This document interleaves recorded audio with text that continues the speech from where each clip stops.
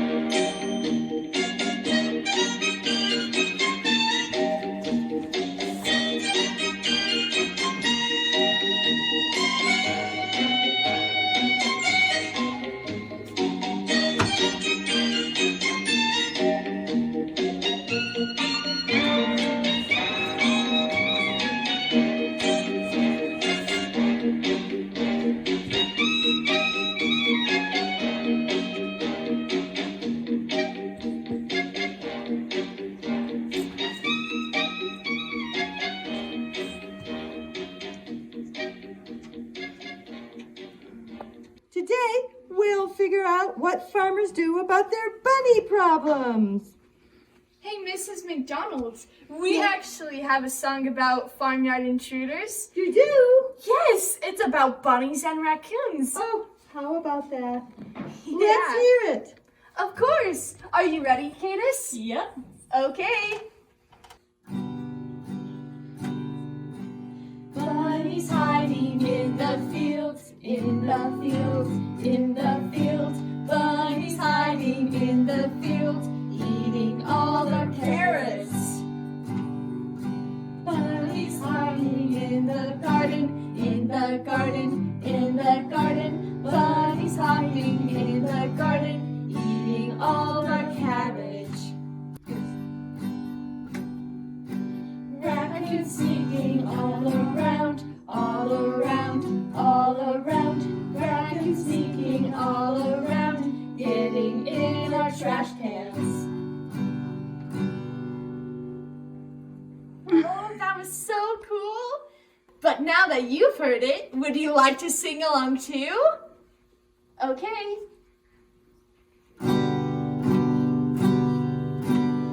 Bunnies hiding in the fields, in the fields, in the fields.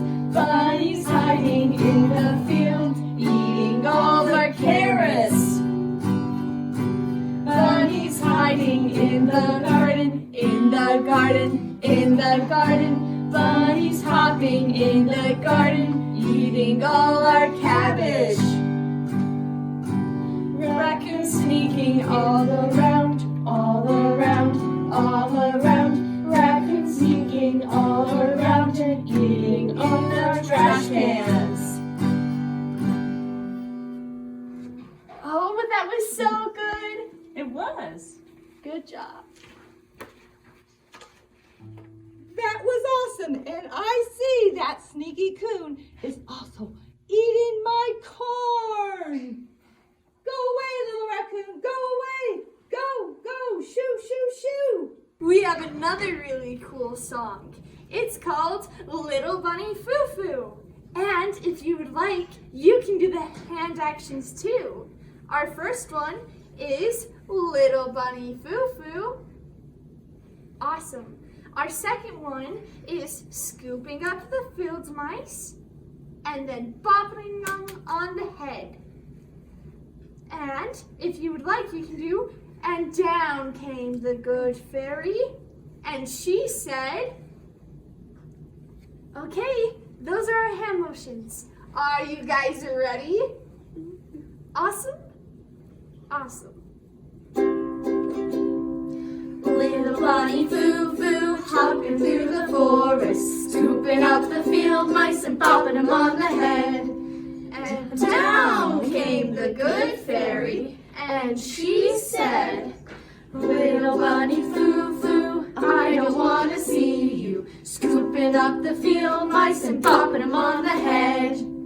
Little Bunny Foo-Foo, I'm going to give you 3 more chances, and if you don't stop, I'm going to turn you into a goon. Okay. But then, Little Bunny Foo-Foo didn't stop. Let's see what happened. Little bunny foo-foo, hopping through the forest, scooping up the field mice and popping them on the head. Down came the good fairy, and she said, Little Bunny Foo-Foo, you didn't stop bopping the field mice on the head, so now I'm going to turn you into a goon. Poof! And the moral of the story is, hare today and goon tomorrow. Well, I think we have some stories about bunnies in the garden. Do you know the story about Peter Rabbit? I have a friend who wants to read that book to you. Would you like to hear that one? I think we should read it. Miss Emma, can you read us the story? Our story today is called The Tale of Peter Rabbit by Beatrix Potter. We want to extend a great big thank you to Puffin Books for letting us read this during the COVID-19 pandemic. Once upon a time, there were 4 little rabbits, and their names were Flopsy, Mopsy, Cottontail, and Peter. They lived with their mother in a sandbank, underneath the root of a very big fir tree. "Now, my dears," said Mrs. Rabbit one morning, "you may go into the fields or down the lane, but don't go into Mr. McGregor's garden. Your father had an accident there. He was put in a pie by Mrs. McGregor. Now run along and don't get into mischief. I'm going out." Then Mrs. Rabbit took a basket and her umbrella and went through the woods to the baker's. She bought a loaf of brown bread and 5 currant buns. Flopsy, Mopsy, and Cottontail, who were good little bunnies, went down to the lane to gather blackberries. But Peter, who was very naughty, ran straight away to Mr. McGregor's garden and squeezed through the gate. Do you see him under the gate? Oh no. First, he ate some lettuces and some French beans, and then he ate some radishes. And then, feeling rather sick, he went to look for some parsley. But around the end of a cucumber frame, whom should he meet but Mr. McGregor? Mr. McGregor was on his hands and knees, planting out young cabbages, but he jumped up and ran after Peter, waving a rake and calling out, "Stop, thief!"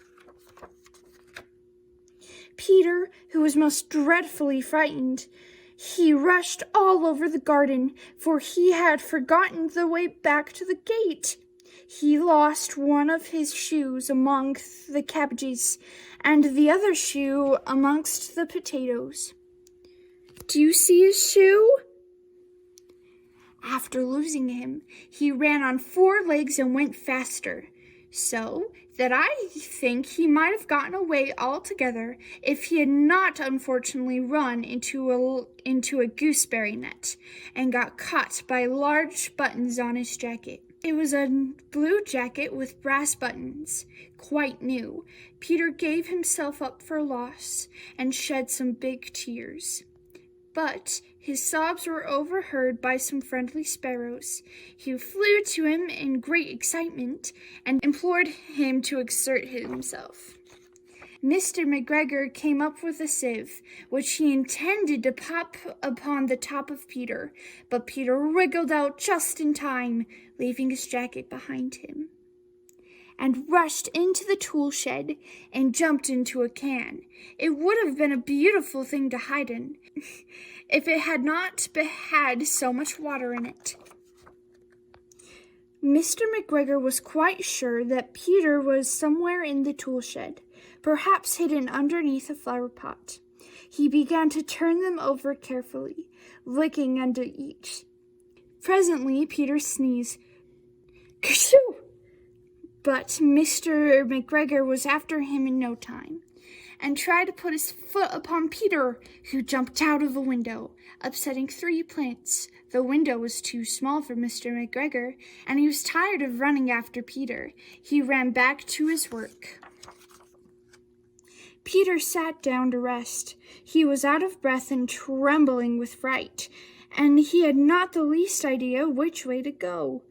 Also, he was very damp with sitting in that can.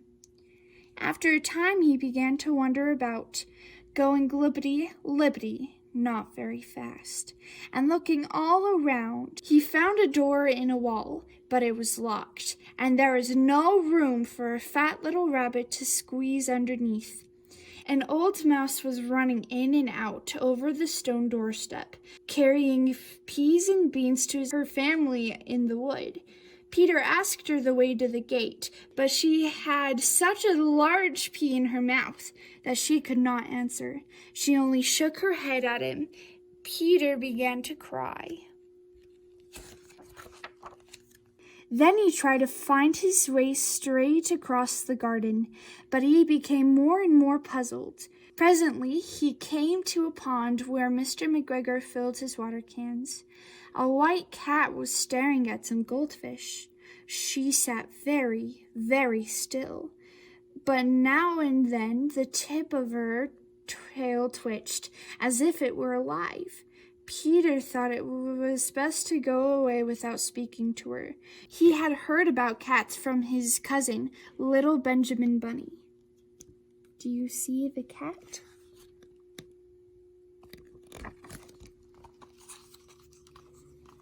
He went back towards the tool shed, but suddenly, quite close to him, he heard the noise of a hoe. Scritch, scratch, scratch, scritch. Peter scuttered underneath the bushes, but presently, as nothing happened, he came out and climbed upon a wheelbarrow and peeped over. The first thing he saw was Mr. McGregor hoeing onions. His back was turned towards Peter, and beyond him was the gate. Do you see the gate? Peter got down very quietly off of the wheelbarrow and started running as fast as he could along a straight walk behind some black currant bushes. Mr. McGregor caught sight of him at the corner, but Peter did not care. He slipped underneath the gate and was safe at last in the wood outside the garden. Mr. McGregor hung up the little jacket and shoes for a scarecrow to frighten the blackbirds. Peter never stopped running or looked behind him till he got home to the big fir tree. He was so tired that he flopped upon the nice soft sand on the floor of the rabbit hole and shut his eyes. His mother was busy cooking. She wondered what he had done with his clothes. It was the second little jacket and pair of shoes that Peter had lost in a fortnight. I'm sorry to say that Peter was not very well during the evening. His mother put him to bed and made some chamomile tea, and she gave a dose of it to Peter. 1 tablespoon to be taken at bedtime. But Flopsy, Mopsy, and Cottontail had bread and milk and blackberries for supper. The end. As you know, we've been talking about bunnies, so I have this really cool craft you can do. It's these washcloth bunnies. You take your own washcloth, you roll it up all the way. Then you fold it over again, get a rubber band or any type of band, and scrunch it together.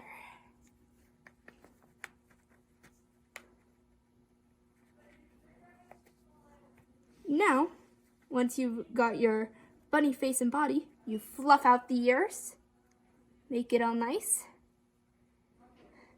and there you go. There's your bunny. Today we do have a fun game with our little bunnies that we've just shown you how to make. We're going to play Bunny Bunny, who has the bunny. There's another game called Button Button, who has the button. Well, we thought we would try it with this one. So we're going to get close enough, and we're going to make one person it. One person sits in the middle with their eyes shut, okay? Okay, and then we're going to pass the bunny around. So close your eyes. We're going to pass the bunny around behind our backs. And then we're gonna say, when we think we got it there, okay, come see if you can guess who has the bunny. I'm going to guess Emma. No, I don't have the bunny. Show your hands. Nope. Oh. Travis? Nope.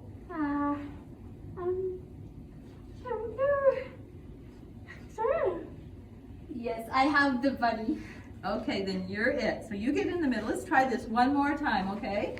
So she's gonna be in the middle, and we're gonna pass the bunny around behind us. And then when we're ready, we'll tell her. Okay, ready? So we'll just start passing the bunny around behind our back and see if we can kind of hurry up and sneak it around and decide where it's going. And okay, we're ready.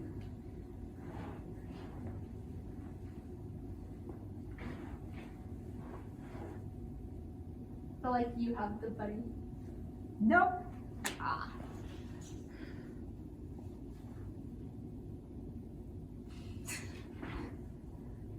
Emma. I have the bunny. Yay! Oh, and you can do this for as long as you want, but it's kind of fun, huh? Mm-hmm. So, thank you. Okay. Okay, so another really fun game to play is called Scavenger Hunt.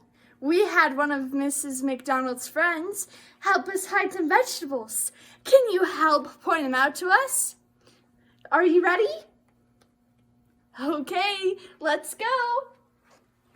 Ooh, I wonder if I'll be able to find one. Oh, there's one. Oh, thank you. My friend's helping me too. Let's see how he's doing. Hello. I found some radishes and corn.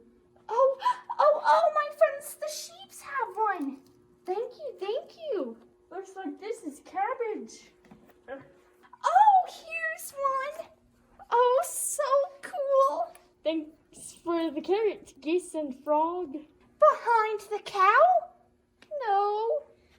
Oh, there's one right here, though. That's pretty exciting. There's a carrot right here. Thank you, Mr. Cow. There's also a cabbage. I accidentally missed that. We had so much luck. I think this would be pretty fun to try at home with whatever things you have to hide. Well, thank you for joining us today. It's been an interesting day, but we have days when we have challenges on the farm, and we're going to find a good way to keep the bunnies quiet and not eat all our food, and those raccoons too. Until then, we hope you have a great time, and you'll be back next week.